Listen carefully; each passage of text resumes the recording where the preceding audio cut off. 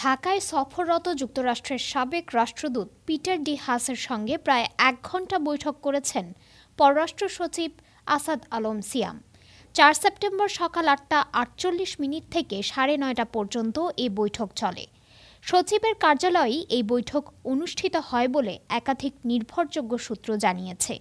৩০ August এক সপ্তাহের সফরে বাংলাদেশে আসেন পিটার হাস। সফরের অংশ হিসেবে তিনি ৩ সেপ্টেম্বর কক্সবাজারে গিয়ে রাতে ঢাকায় ফেরেন। এর মধ্যেই এনসিপি নেতাদের সঙ্গে তার কক্সবাজার বৈঠক নিয়ে ফের জল্পনা শুরু হয়েছে। এর আগে ৫ আগস্ট জাতীয় নাগরিক পার্টি এনসিপির ৫ শীর্ষ নেতা কক্সবাজারের হোটেল সি পার্লে পিটার হাসের সঙ্গে গোপনে বৈঠক করছেন এমন খবর ছড়িয়ে পড়ে। এ খবরে দেশজুড়ে তোলপাড় শুরু হয়।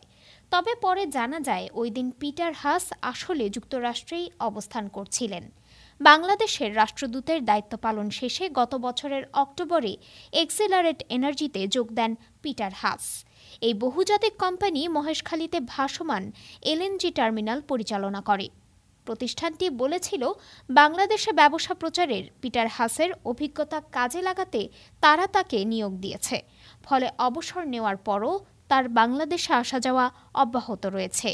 এপ্রিল মাসেও ঢাকা সফরে এসে তিনি ইউএস বাংলাদেশ বিজনেস কাউন্সিলের উদ্যোগে আয়োজিত এক বৈঠকে অংশ নিয়েছিলেন।